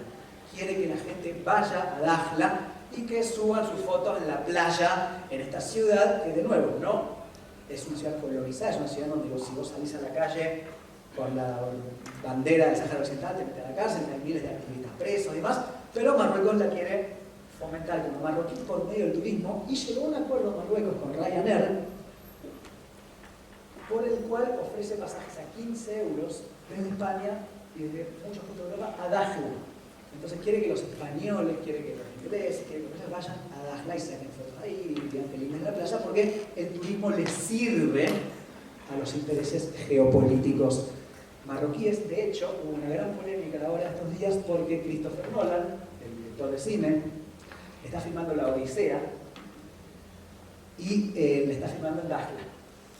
Entonces, bueno, ¿hasta qué punto filmar una película ahí implica aceptar la represión en un territorio que está ocupado, etcétera, etcétera? Bueno, una polémica larga. Pero de nuevo, la gran forma que Marruecos encontró de decir, este lugar es mío y demás, es fomentando el turismo con un clarísimo fin geopolítico, hablando con las aerolíneas, poniendo pasajes baratos, llevando influencers y todo para para reivindicar un reclamo de tierras que están ocupando. Bueno, nada. Todo esto surgió a partir de estar esperando un avión para volver de Turquía a Argentina, pero se me ocurrió, de nuevo se me ocurrió esto, como, che, pará, no es normal que esté tan lleno un avión que va de este destino al otro. Hace 30 años ni siquiera existía esta aerolínea para nosotros. Digo, los destinos que salían de la aerolínea eran Estados Unidos, Europa. Bueno, yo tengo anotado acá, Turkish, Emirates, Qatar y Etiopía. Hoy de repente los vuelos de Etiopía salen repletos desde Ezeiza. Son pocas las personas que después se quedan en Etiopía. Pero vos querés ir a Grecia hoy, lo más barato que tenés es ir a Addis Abeba. Igual no es mala idea para nadie saber, porque bueno, transformando completamente, sacando futuristas. Pero en parte también por el trabajo que hace Etiopía. Digo, porque claro, ponele, a vos te toca un vuelo. Y justo el vuelo tiene 20 horas de escala. Y salís, y ves, y conocés, y tenés esta experiencia. Che, y es futurista, y le contás a otro, y tomé café en Etiopía. Y así se va formando la imagen del país. O sea, es así. Así que bueno, nada, eso tenía para decir. Vuelvo a agradecer la invitación. Y bueno, nada.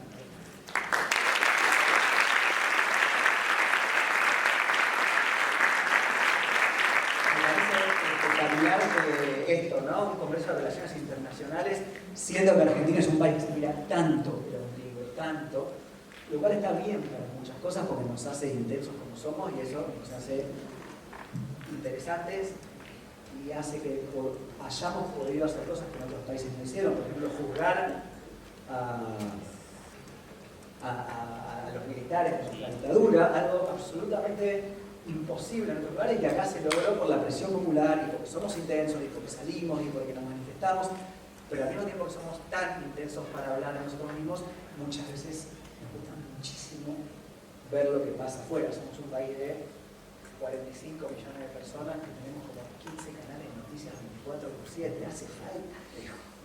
Y en esos canales no hay un programa de política internacional. Pero bueno, por eso te suben apuestas, esos canales de noticias que relatan lo que pasa en el obelisco. bueno, sí. Así que bueno, celebro mucho estas iniciativas, poder hablar del mundo de Bueno, creo que diste en el clavo precisamente con eso último. Sí, justo un congreso de relaciones internacionales en Argentina es complejo, pero no, vimos que hay muchísimo para hablar. Creo que hemos recorrido casi todas las regiones, más o menos, al menos las que nos proponíamos en el eje temático. Es increíble todo lo que tenías escrito ahí. Yo creo que podría haber durado mucho más y es tremendo que... bueno, todo. Lo mismo te iba a decir, o sea, que esto haya surgido de alguna experiencia en un aeropuerto en Estambul, se haya desenlazado toda esta idea que venías de realmente hay un montón para estudiar respecto a esto. Bueno, son las 3:35, tenemos 25 minutos más o menos de preguntas y en la instalación de que hay bastantes, así que con dudas abrimos el espacio de preguntas. ¿Quién quiere tomar?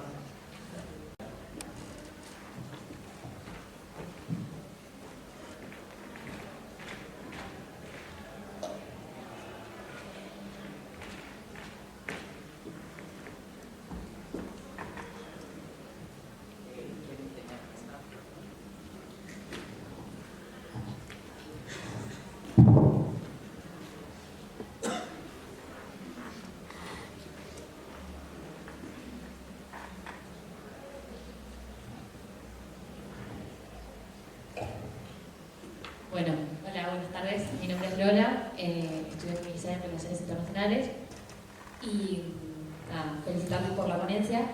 muy interesantes las tres. Y mi pregunta va para Kevin, porque yo estoy muy interesada por todo este proceso de integración que se está dando en la región del Sahel. Todos los días miro Geográfica Historia, todos los días me emociono cuando veo que se abre una nueva fábrica de juguitos de naranja en la región. Entonces, nada, mi pregunta era, ¿qué es lo que se espera a futuro para los que nos interesa el análisis de este caso de los estados que no están todavía en este proceso de integración, pero que tienen gobiernos o que han llegado gobiernos al poder simpatizantes o pro región de Sahel? Bueno, primero que nada, muchas gracias.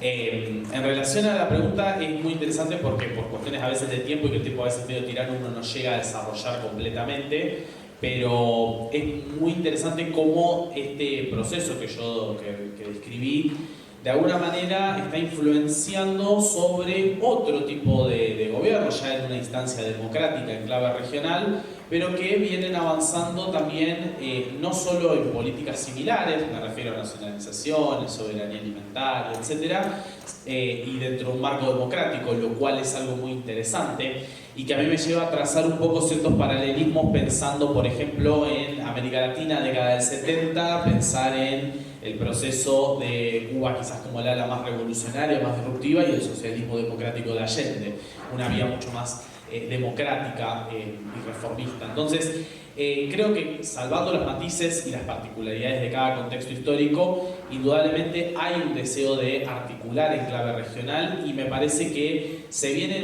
viendo en varias cuestiones. En materia, yo lo había mencionado, en materia de coordinación militar se viene viendo mucho, pero sobre todo hay un deseo de muchos países que están dentro de lo que se denomina el sector francófono de África, donde hay un deseo muy fuerte de reformar esta cuestión monetaria, ¿no? Porque yo mencioné los 3 países del Sahel, pero son 14 los países de África que siguen dependiendo del franco CFA, y muchos de los gobiernos democráticos que hoy están llegados al poder hace muy poquito tiempo y demás, están proponiendo también romper con el franco CFA mediante una reforma. Y ahí, si bien no se está todavía pensando en sumarse a la Alianza de Estados del Sahel, sí hay una agenda común. Y esa agenda común es poner fin a la presencia de las tropas francesas, lo cual lo han hecho países con gobiernos democráticos, Senegal, por ejemplo, lo hizo Costa de Marfil, lo hizo Chad, que tiene también un gobierno militar, pero que no está dentro de la Alianza de Estados del Sahel. O sea que tenemos un acuerdo, un consenso en cuanto a esta cuestión de poner fin a la presencia militar francesa. El otro consenso es reformar la cuestión monetaria, que África, que los países vayan a un sistema de una moneda regional, si lo plantean en ese escenario, y si quieren tener una divisa local, que puedan tener una divisa nacional también. Entonces, se está abriendo ese escenario de reforma. Este es un año muy particular para el continente africano porque hay elecciones en 2 países que me animaría a decir que son los últimos 2 reductos que le quedan a Francia en la región.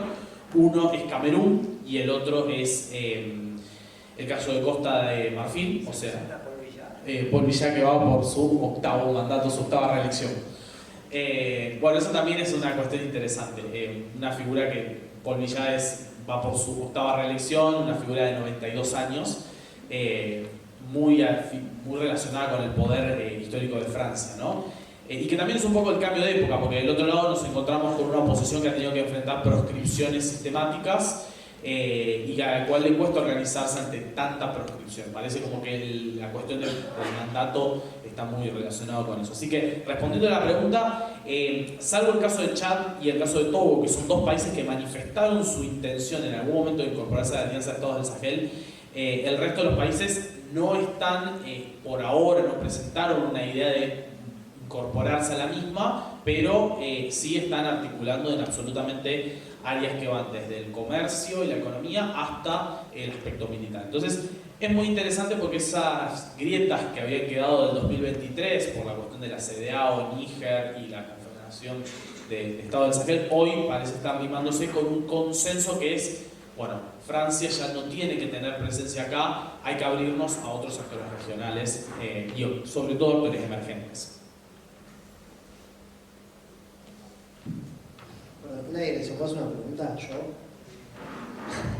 8 mandatos va. Acá creo que tiene un intendente que va 6, Seis ¿no? mandatos. 6, ahí va. Así con él. Bueno, ¿hay alguna otra pregunta? Para terminar.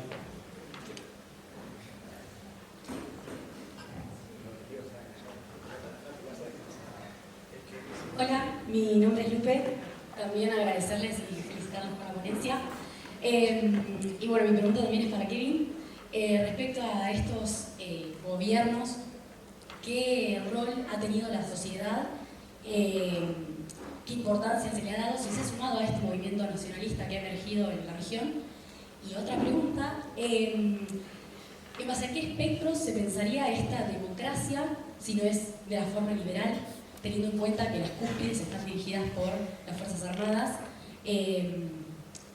¿Qué democracia se pensaría en base a esos parámetros? Gracias.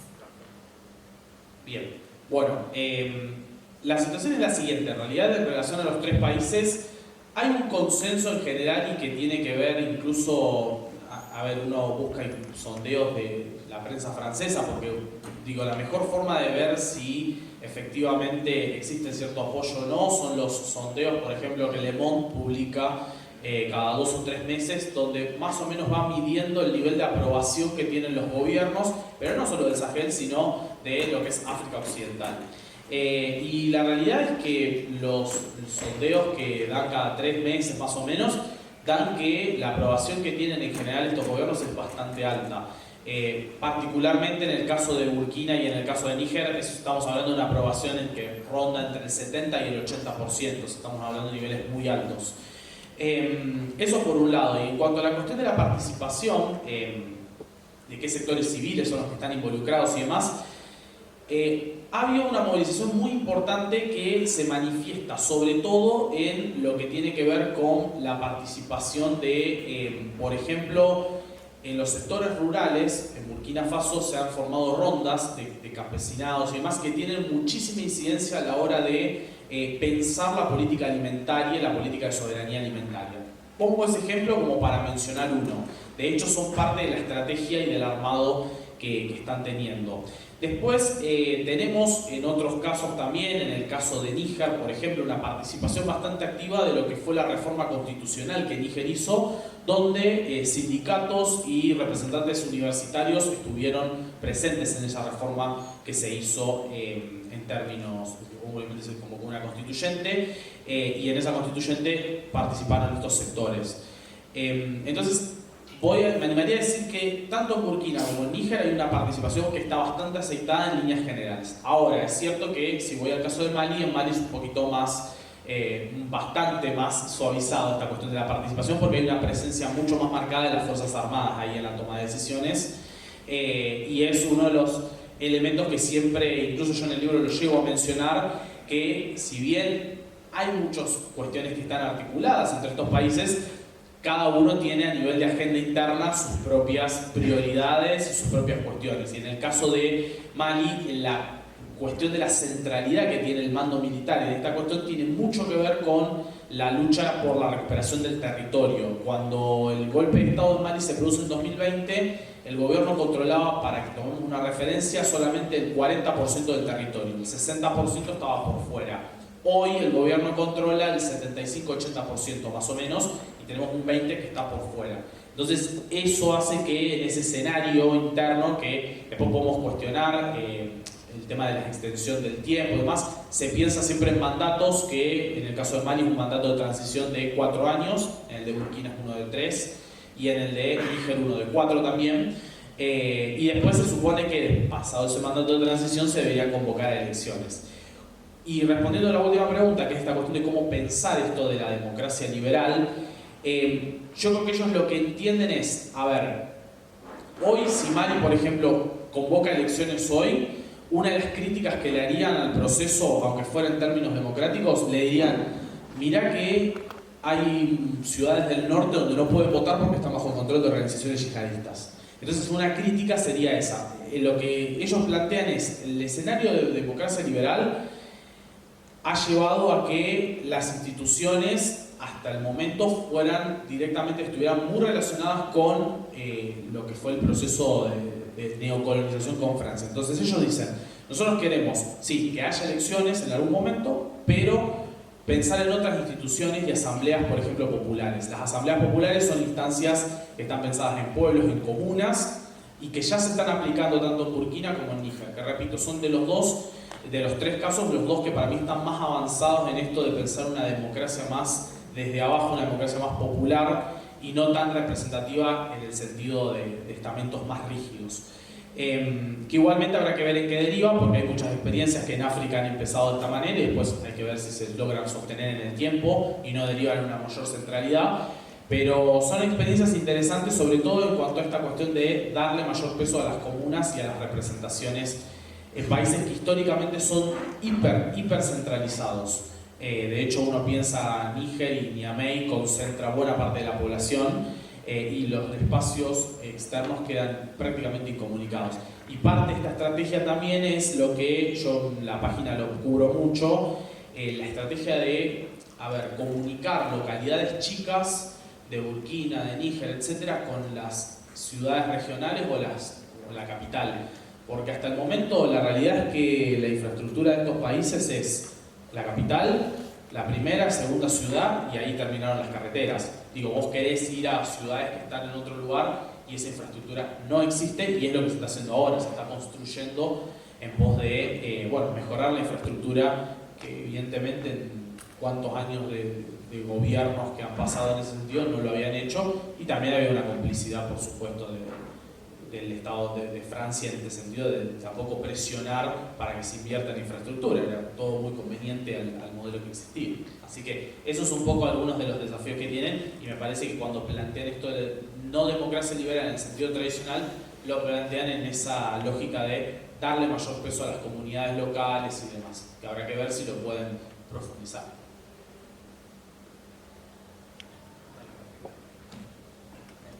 Bueno, perfecto, gracias Kevin. Nos queda tiempo, esperemos que 2, pero probablemente va a tener que ser una última pregunta. Sí, ahí. Ahí te llega el micrófono.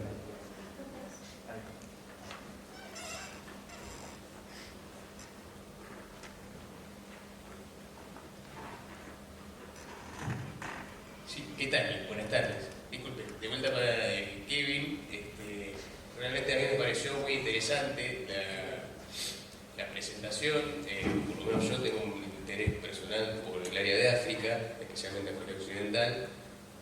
Mi pregunta es en el sentido de, ¿se podría decir que en estas regiones, en estos países donde ha existido siempre una impronta muy, por decir, tribal, relacionada a comunidades étnicas o religiosas o incluso lingüísticas, podría decirse que estos países están entrando finalmente en la era del Estado-Nación? Porque primera vez estamos escuchando de nacionalismo, incluso cuando se mostraban los videos y las imágenes de las noticias, se podía ver, por ejemplo, en las calles de Niamey a los protestantes alzando la bandera nacional de Níger. ¿Podría decirse que finalmente se está pasando un Estado-Nación y no solo un Estado sin nación en estos países? Bien. Es muy interesante la pregunta porque abre la puerta a una de las grandes cuestiones que es entender si esto realmente es un movimiento de integración regional o es un movimiento de nacionalismos que terminan confluyendo. Bueno, yo pienso que hay un componente de nacionalista muy fuerte en los tres casos que igualmente tiene una idea de integración regional que está muy articulada con la cuestión histórica. De hecho, cuando uno ve estos países que son parte de la Confederación de Estados del Sahel, que son estos tres países, confluyen con proyectos históricos que hubo en la zona, como por ejemplo el Imperio de Mali. Estamos hablando de civilizaciones que por ahí no tenemos tan presentes, pero que fueron importantes, el Imperio Songhai, entre tantos otros. Entonces hay como una idea de decir, a ver, este sector del Sahel históricamente tuvo una coordinación en torno a lo que era el río Níger. Y ahí se construyeron civilizaciones, se construyeron un montón de aspectos y civilizaciones muy avanzadas para la época. Ahora, eso con la presencia de la colonización europea se destruyó por completo. Se destruyó, sabemos que la presencia europea trazó límites artificiales, todo este tipo de cuestiones, y creo que parte de esto es recuperar al Estado desde la lógica de el Estado tiene que dirigir la economía. De hecho, el otro día yo cité un discurso que hizo Ibrahim Traoré, donde habla de esta cuestión de nosotros no estamos en contra del sector privado, al contrario, promovemos que el sector privado esté, pero lo importante es la dirección del Estado. El Estado tiene que dirigir hacia dónde tiene que ir esa cuestión. Digo, necesitamos carreteras porque necesitamos lo básico para poder empezar a pensar nuestra infraestructura, vamos por ese lado. Entonces ahí hay una cuestión importante y me parece que en buena medida hay una idea del Estado-Nación desde la lógica de la importancia de recuperar los recursos naturales en cada uno de los casos, el uranio en Mali, el uranio en Níger, el oro en Burkina. Bueno, Mali también tiene oro, pero tiene litio, tiene distintos recursos. Entonces recuperar eso, por un lado. Pero al mismo tiempo pensar en un proyecto de integración política que hace un poco una reminiscencia de lo que son estas tradiciones de decir, hubo civilizaciones acá donde se coexistió y donde las diferencias entre estos grupos, que muchos ya estaban, se pudieron mantener. De hecho, el Sahel es una zona de coexistencia entre comunidades musulmanas y comunidades cristianas. Y no hay necesariamente tanto conflicto religioso. De hecho, el conflicto empieza más a partir de 2011-2012, con toda esta cuestión de la presencia del yihadismo y demás. Entonces, creo que hay un poco de ambos. Hay un poco una necesidad de recuperar el Estado-Nación para revalorizar los recursos naturales, pero con un factor novedoso, que es no pensar un nacionalismo en clave imperialista, sino un nacionalismo en clave de integración. Vamos a integrarnos porque es lo que, de alguna manera, la historia nos demanda, porque es como funcionó durante mucho tiempo y donde ellos encuentran que hay más puntos en común que diferencias en el entorno regional. Muchas gracias. Bueno, nos quedan 7 minutos oficiales, así voy a dar una pregunta más, cortita, por favor. Y con eso ya cerraremos. Bueno, buenas tardes. Gracias a los tres por las ponencias. No sé si puede ser muy cortita, pero voy a tratar de formularla rápido. No es para Kevin, sino para Franco, respecto de algunas cuestiones que repasamos de la región y de la importancia geopolítica que tiene Latinoamérica. ¿Cómo ves que impacta la cuestión de los corredores bioceánicos, que es un proyecto que, bueno, vos nombraste la UNASUR en su momento, de IRSA, Cusiplan? Si esta cuestión puede ser una herramienta de desarrollo o para la cuestión bicontinental, si Argentina se puede insertar en los corredores bioceánicos o en los proyectos que se están trabajando en este sentido, que hay inversiones importantes por parte de Brasil, Paraguay, pero también hay otros corredores en América Central, ¿no? El canal de Panamá, hoy también crítico en algún sentido, pero se reaviva lo que es, ¿no? otros cruces, y ahí ¿qué relevancia o qué sentido pueden adquirir estos proyectos y sobre todo como herramienta de desarrollo regional? ¿Cómo era tu nombre? Julián. ¿Cómo? Julián. Julián. Está muy bien prestar atención a esto. Yo hace poco estuve mirando un poco el tema de los corredores bioceánicos, de ya que son clave, que son absolutamente necesarios, que son estratégicos. Y vos sabés que Argentina se está quedando afuera del tema. No estamos saldando la discusión interna de por dónde queremos que pase. Salta recién hace un par de meses, es como muy vigente tu pregunta. Salta hace un par de meses, se activó el tema y está, bueno, hay como dos trazas distintas. Formosa también es un jugador que está queriendo ser parte de estos corredores bioceánicos, y Paraguay y Brasil nos llevan la delantera y Argentina está como corriendo atrás de la tortuga, ¿no? Sin saldar desde lo nacional, desde una visión nacional, cuál sería la situación estratégica al respecto, y están primando en esta desarticulación del federalismo que cada día es más preocupante, ¿no? Que no debe tornarse en provincialismo, sino que debe converger en una unidad nacional. Bueno, es una discusión que no está saldada y está absolutamente cruzada por intereses provinciales desprovistos de una mirada estratégica unívoca de la Argentina. Bueno, muchas gracias por venir. Voy a hacer unos pequeños avisos parroquiales. Ahora a las 4:15 empieza, ya sería la última franja de mesas ordinarias antes de el último panel central. En el aula A partir de las 4:15 aproximadamente, van a encontrar la mesa ordinaria 7, que va a hablar sobre el conflicto palestino-israelí. En el aula B, soberanía y liderazgo en el orden multipolar, los casos de Argentina y Brasil. Y por último, en la sala de los espejos, una mesa especial sobre nuevas derechas en el sistema internacional y en la Argentina. Y bueno, por último, a las 6:15 vamos a cerrar este primer día de congreso con el panel central de soberanía nacional, soberanía argentina e internacional. En segundo lugar, les quería comentar un sorteo que estamos teniendo. Como habrán visto, está el stand de la librería Bullanga, en el catering, cerca de la puerta de la entrada, y se están sorteando 2 órdenes de compra por 30.000 pesos entre quienes se hayan acreditado presencialmente en el congreso, en la mesita que está enfrente de la sala Inca, así que si no lo hicieron, empiezan a hacerlo. Una de las órdenes de compra se va a sortear hoy antes del panel central, así que si quieren saber quién va a salir, saber qué quedan las cosas. Y la otra se va a estar sorteando mañana. Ayer también nos están avisando, como nos avisaron recién, que se están juntando firmas afuera del CCU para el grupo Palestina Libre, así que si alguien quiere acercarse a colaborar con eso, también bienvenido. Y para cerrar, muchísimas gracias por venir, a ustedes que vienen y que hacen esto posible, quienes están organizando también, apoyando de atrás, y gracias a ustedes tres también por elegir Tandil para honrarnos con su presencia, en definitiva. Muchas gracias.